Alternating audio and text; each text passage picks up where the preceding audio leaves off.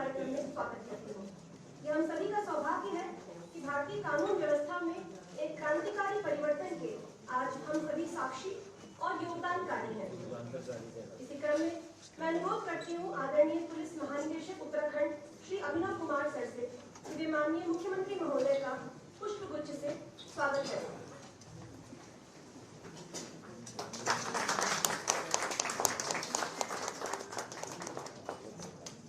कार्यक्रम को औपचारिक रूप से प्रारंभ करते हुए मैं अनुरोध करूंगी आदरणीय पुलिस महानिदेशक महोदय से कि वे कृपया मंच पर आमंत्रण स्वीकार करें और अपने उद्बोधन से हम सभी का मार्गदर्शन करने का कष्ट करें।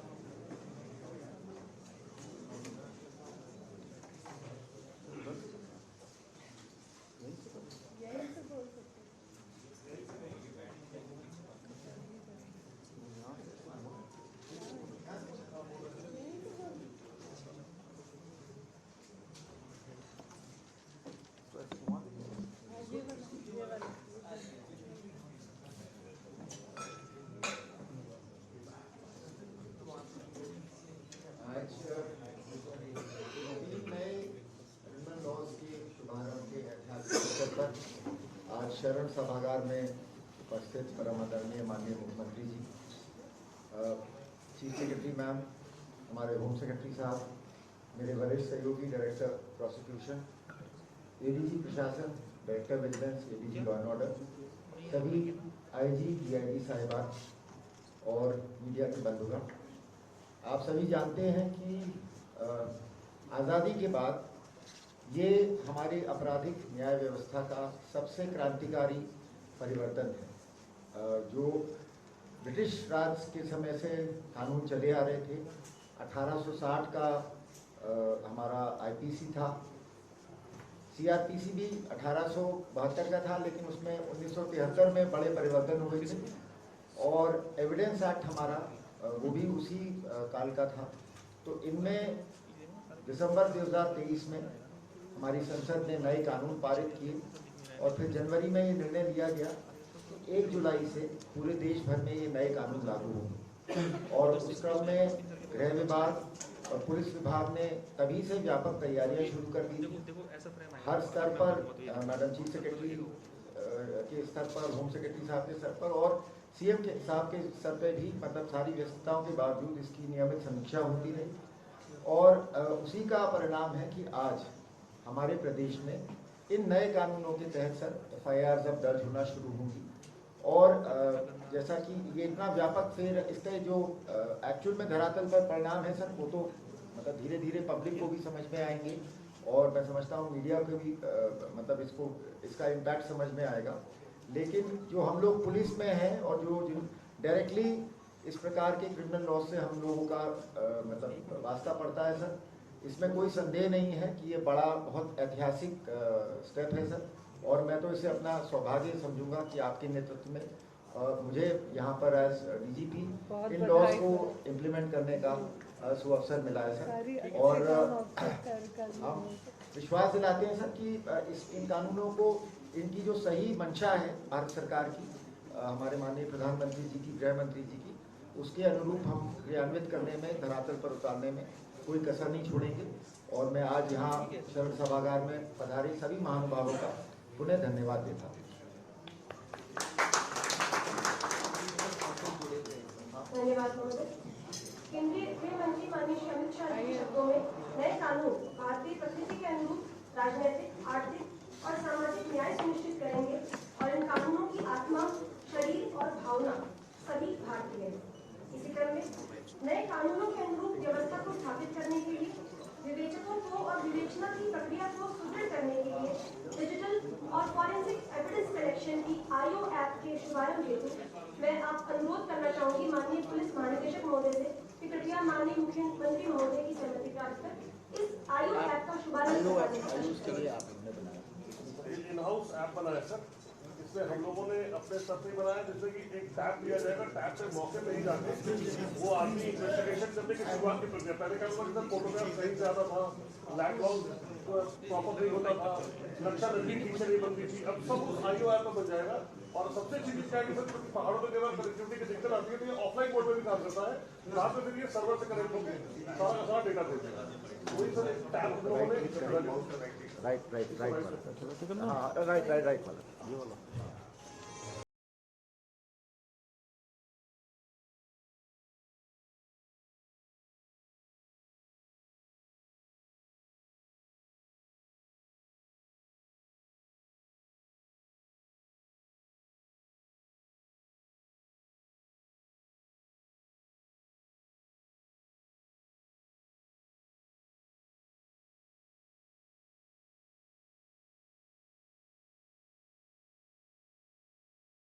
ऐप के शुभारंभ के पश्चात मैं अनुरोध करूंगी कि विवेचकों को सांकेतिक रूप से 5 टैबलेट्स का वितरण करने के लिए मैं अनुरोध करूंगी, जिससे भविष्य में हम समस्त विवेचकों को इस प्रकार के टैबलेट वितरण और आने वाले समय में सभी को टैब देंगे। अभी 5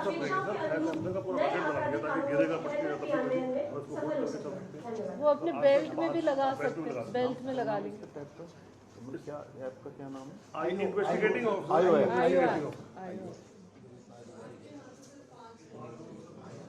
आज हमारे बीच 4 विवेचक इस कार्यक्रम में उपस्थित हैं।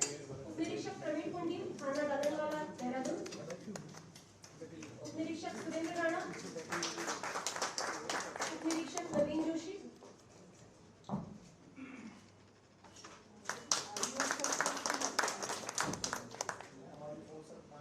उपनिरीक्षक सरिता मिश्र,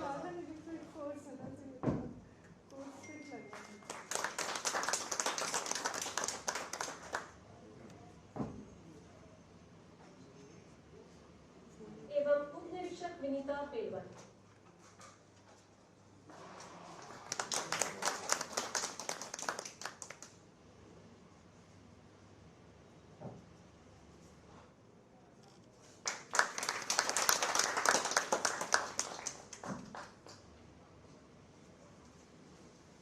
आज के इस कार्यक्रम में ऑनलाइन माध्यम से हमारे समस्त जनपद मुख्यालय, समस्त वरिष्ठ पुलिस अधीक्षक एवं समस्त जनपदों से थाना प्रभारी भी इस कार्यक्रम में जुड़े हुए हैं।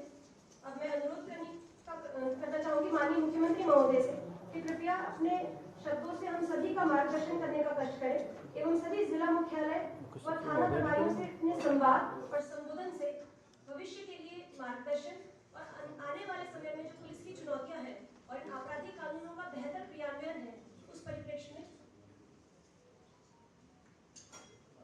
पहले चीफ सेक्रेटरी मैम का संबोधन रहेगा। मैं क्षमा चाहती हूँ।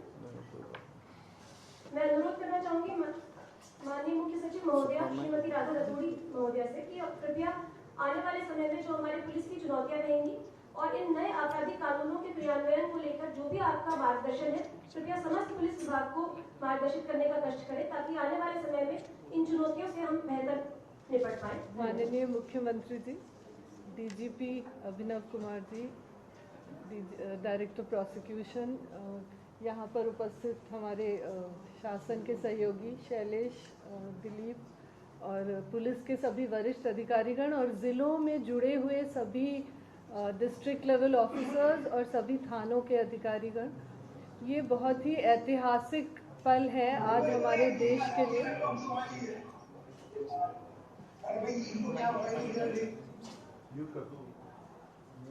माइक म्यूट कर लीजिए आप लोग।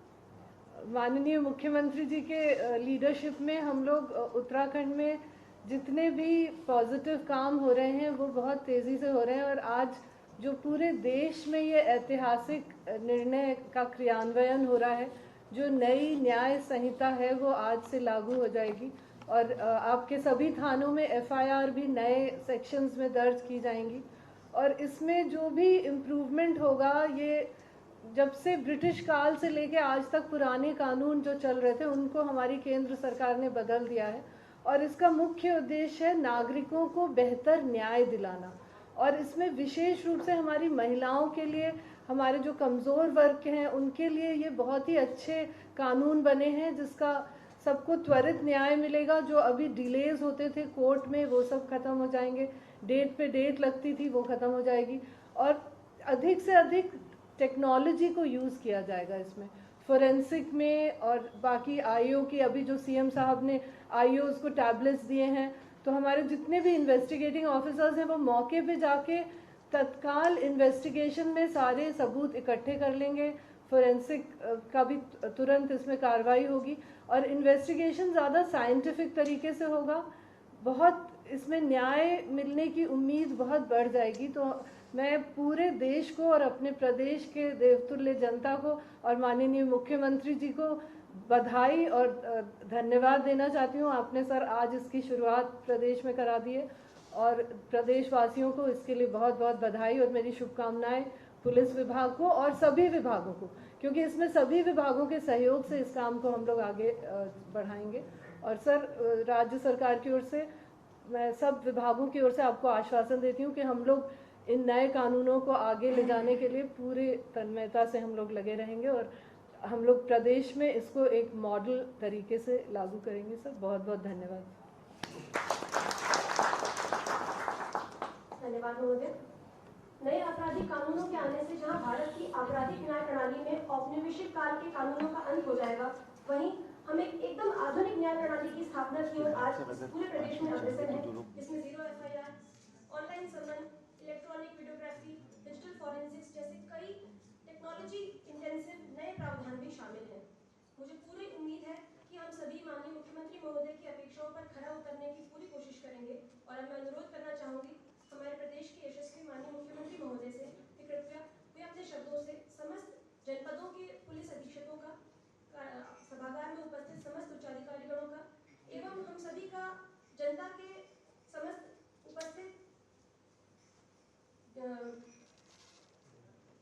समस्त उपस्थित लोगों का और मुख्यालय पर उपस्थित सभी मीडिया कर्मियों और आम जनता को अपना संदेश देने का कष्ट करें, जिससे हम भविष्य में आपकी उम्मीदों पर खरे उतर पाए। धन्यवाद। बहुत ही ऐतिहासिक दिन है। इस दिन आज आवाज़ ठीक आ रही? 3 नए ऐतिहासिक कानून आज लागू हो रहे हैं। इसके आज लागू हो चुके हैं वैसे तो 12 बजे रात से। हम लोग औपचारिक रूप से आज इसका वो कर रहे हैं। यहाँ पर उपस्थित अभी आपने जिनको सुना, हमारे राज्य की मुख्य सचिव राधा रतूड़ी जी, डीजीपी श्री अभिनव कुमार जी, निदेशक अभियोजन डॉक्टर PBK प्रसाद जी, और सचिव श्री शैलेश बगोली जी, सचिव गृह श्री दिलीप जावलकर जी, और हमारे सभी वरिष्ठ अधिकारीगण और जिलों से जुड़े हुए सभी अधिकारीगण, सभी हमारे पुलिस के सभी कार्मिक, और इस अवसर पर पुलिस लाइन से इस कार्यक्रम में जुड़ी हुई दून विश्वविद्यालय की कुलपति प्रोफेसर सुरेखा डंगवाल जी, बार काउंसिल के अध्यक्ष जी एवं सभी प्रदेश भर से आज के इस ऐतिहासिक दिवस पर जुड़े हुए सभी हमारे नागरिकगण, उपस्थित सभी भाइयों एवं बहनों, मैं आज के इस अवसर पर कि जिस दिन आज भारतीय न्याय व्यवस्था में 3 नए कानून, भारतीय न्याय संहिता 2023, भारतीय नागरिक सुरक्षा संहिता 2023 और भारतीय साक्ष्य अधिनियम 2023 के लागू होने पर आप सभी को बहुत शुभकामनाएं देता हूं, बहुत बधाई देता हूं कि आज का दिन हम सब लोगों के लिए बहुत ऐतिहासिक दिन है। आज भारतीय न्याय व्यवस्था जो कि अंग्रेज़ों के ज़माने से चले आ रहे, जिनके बारे में अभी मुख्य सचिव राधा रतूड़ी जी ने बताया कि चले आ रहे जो पुराने अंग्रेज़ों के कानून और गैर जरूरी कानूनों को हटाकर वर्तमान परिस्थिति के हिसाब से नए आपराधिक कानून लागू हो रहे हैं। देश के अंदर बहुत सारे रिफॉर्म हुए हैं, आप सभी जानते हैं।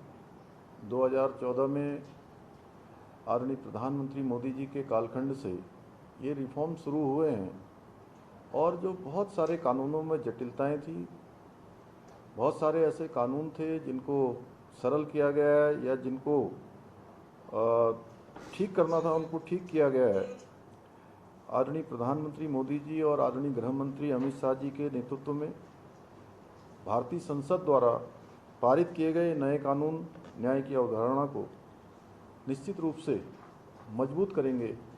न्याय व्यवस्था पर लोगों का और भरोसा होगा और न्याय मिलने की जो प्रक्रिया है, जिनमें बहुत लंबा अंतराल लग जाता है, लंबा समय लग जाता है, इस प्रक्रिया को पहले से अधिक सरल सुलभ बनाने में और पुलिस और जो न्यायालयों के वृहद स्तर पर जो मदद है, आसानी है, वो हो सकेगी। साथियों, अनुशासन, निष्पक्षता और न्याय हमारे देश की पुरानी परंपरा रही है और ये तीनों कानून इसी परंपरा को आगे बढ़ाते हुए देश के हर नागरिक को उसकी स्वतंत्रता, मानव अधिकार और सबके साथ समान व्यवहार रूपी 3 सिद्धांतों को पोषित करेंगे, पल्लवित करेंगे और जो अपराध हैं उन अपराधों को पूरी तरह से रोकने में कामयाब होंगे। इसके साथ ही ये कानून जो हमारी गुलामी की मानसिकता को मिटाने और औपनिवेशिक कानूनों से मुक्ति दिलाने की, जो प्रधानमंत्री जी ने कहा है कि भारत गुलामी की मानसिकता से बाहर निकलकर एक भारत और श्रेष्ठ भारत, एक नए भारत का निर्माण करना है, विकसित भारत के संकल्प को आगे बढ़ाना है। वो मोदी सरकार की जो प्रतिबद्धता है, उस प्रतिबद्धता को भी दर्शाते हैं। ये इसका प्रत्यक्ष हमारे सामने प्रमाण है। ये विधायी परिवर्तन आज़ादी के अमृत महोत्सव के बाद के कालखंड में देश को एक नई दिशा देने का भी कार्य करेंगे। ये हमारे लिए बड़ी खुशी की बात है कि हमारी न्याय प्रणाली अब पूरी तरह से, जैसा अभी डीजीपी साहब बता रहे थे, पूरी तरह से स्वदेशी होगी और जो भारत द्वारा, भारत के लिए और भारतीय संसद द्वारा बनाए गए कानूनों के अनुसार संचालित होगी। और इसका मुख्य उद्देश्य और मुख्य लक्ष्य है ऐसी आपराधिक न्याय प्रणाली विकसित करना जो न केवल नागरिकों के अधिकारों की रक्षा करे, बल्कि कानून व्यवस्था को भी और अधिक सुदृढ़ करे और अधिक मजबूत करे, लोगों का और भरोसा कानून पर हो। अब इंसाफ के लिए पीड़ितों को, अभी मैं 2 दिन पहले आप सब लोगों के साथ बैठा था, हमने जो आपका प्रेजेंटेशन देखा, तो निश्चित रूप से अब इंसाफ के लिए पीड़ितों को दर दर नहीं भटकना पड़ेगा, क्योंकि अब देश में कहीं भी 0 FIR दर्ज करवाई जा सकेगी और 15 दिन के भीतर इस 0 FIR संबंधित थाने को भेजनी होगी। जैसा अभी मुख्य सचिव महोदय ने बताया कि जो महिला शिकायतकर्ता पुलिस स्टेशन नहीं जाना चाहेगी जी, उनके लिए भी EFIR की जो सुविधा है इसमें शुरू की गई है। और अब जो कोर्ट में लंबे समय से लंबित आपराधिक मामले हैं उनको वापस लेने के लिए भी जो पीड़ित होगा उसको कोर्ट में अपनी बात रखने का पूरा अवसर मिलेगा। न्यायालय पीड़ितों को सुनवाई का अवसर दिए बिना अब मुकदमा वापस नहीं ले पाएगा जी। उस दिन हम लोग इस पर चर्चा भी कर रहे थे। अच्छा। ये कानून पुलिस विभाग को पहले से और अधिक सशक्त और मजबूत बनाने का काम करेंगे और जो स्मार्ट पुलिसिंग है वो हमारे प्रधानमंत्री जी की प्राथमिकता में रहा है और वैसे भी अब टेक्नोलॉजी का ज़माना है। इसे देखते हुए इन कानूनों में टेक्नोलॉजी के प्रयोग और फॉरेंसिक विज्ञान को बढ़ावा दिया गया है। यह नई प्रणाली सभी को पारदर्शी त्वरित कार्य न्याय देने के लिए अत्याधुनिक जो तकनीकियाँ हैं उनको बढ़ावा देने का भी काम करेगी। इसके साथ साथ नए आपराधिक कानूनों के तहत अपराध स्थलों की वीडियोग्राफी, फोटोग्राफी, न्यायिक सुनवाई, इलेक्ट्रॉनिक रूप से अदालती सम्मन भेजने को सुगम बनाने के लिए ई साक्ष्य न्याय श्रुति और ई समान ऐप इसमें विकसित किए जा चुके हैं। इससे सारा काम अब ऑनलाइन हो जाएगा, जिससे पुलिस का काफ़ी समय बचेगा, जिसे आप बेहतर तरीके से इस्तेमाल कर सकते हैं। पहले के कानूनों में तमाम प्रकार के जो दांव पेच थे, जिससे कई बार पुलिस प्रशासन को भी सही धाराएं लगाने और केस बढ़ाने में बहुत सारी चुनौतियां आती थी, समस्याएं आती थी। लेकिन नए कानूनों में सब कुछ स्पष्टता है, सरलीकरण के साथ इसको समाहित किया गया है। और स्वतंत्र भारत के इतिहास में पहली बार हमारे कानून आतंकवाद, संगठित अपराध और आर्थिक अपराधों को पूरी तरह से परिभाषित करेंगे। पहले के कानूनों में मॉब लिंचिंग को लेकर कोई स्पष्टता नहीं थी, लेकिन अब नए कानूनों में मॉब लिंचिंग को स्पष्ट रूप से परिभाषित किया गया है। इसकी सजाओं के बारे में भी कठोर प्रावधान किए गए हैं। अपराधी क्राइम करके विदेश भाग जाते थे, उसकी अनुपस्थिति में केस आगे नहीं बढ़ पाता था। लेकिन अब इन नए कानूनों में भगोड़ों की गैरमौजूदगी में भी मुकदमा चलाने के लिए स्पष्ट प्रावधान किए गए हैं। अब ऐसे अपराधियों को उनकी अनुपस्थिति में भी बाकायदा ट्रायल होगा और सज़ा भी सुनाई जाएगी।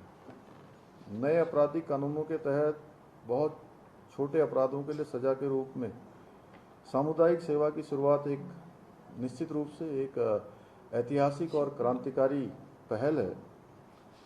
और सामुदायिक सेवा की सज़ा पाने वाले व्यक्ति में भी समाज और देश के प्रति जो जिम्मेदारी की भावना है वो जागृति होगी, उसके अंदर जागरण होगा और उसको भविष्य में सुधरने का मौका भी मिलेगा।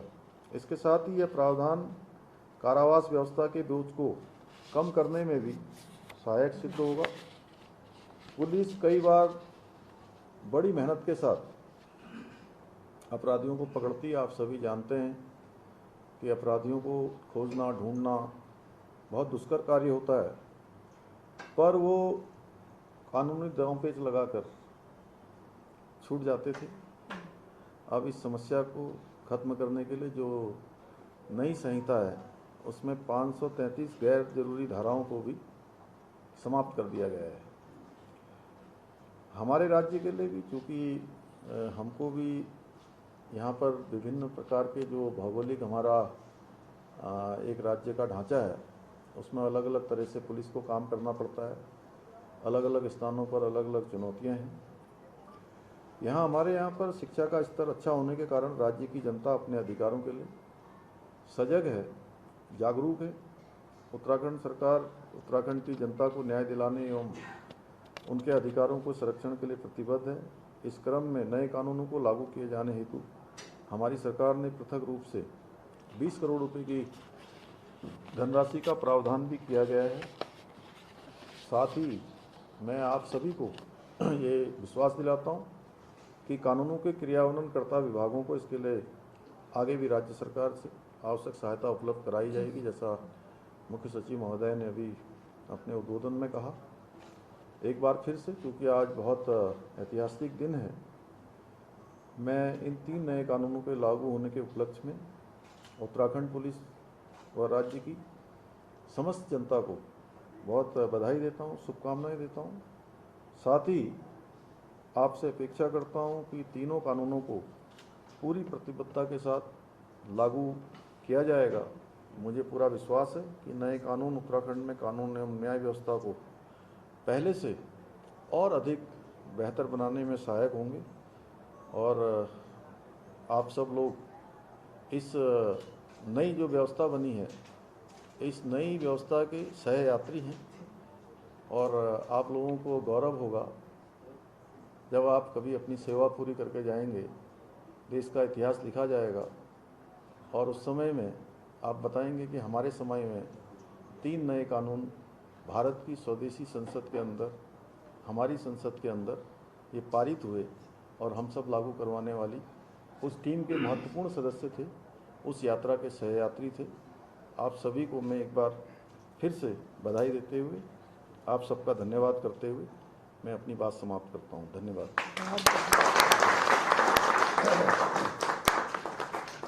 सर, अब आपकी अनुमति हो तो जो लोग धन्यवाद महोदय।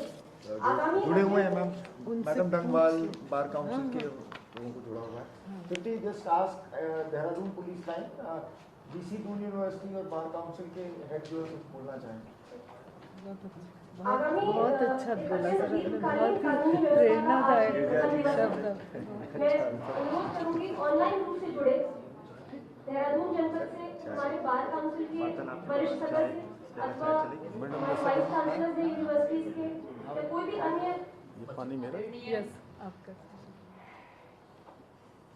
आदरणीय मुख्यमंत्री जी, आपका बहुत बहुत अभिनंदन है, आपको बहुत बहुत बधाई है, क्योंकि उत्तराखंड राज्य का मुखिया होने के नाते आपने पहले ही बहुत ऐतिहासिक और क्रांतिकारी कानूनों को उत्तराखंड में लागू किया है और अब भारत की संसद और हमारी केंद्रीय सरकार ने इंडियन क्रिमिनल लॉज में ये क्रांतिकारी जो बदलाव किया और आज से जो ये 3 संहिता 3 को लागू हुए, हम सब इस ऐतिहासिक क्षण के साक्षी बनने जा रहे हैं। इसलिए पूरे उत्तराखंड राज्य को इसके लिए बहुत बहुत बधाई है। और आदरणीय प्रधानमंत्री जी ने एक सिद्धांत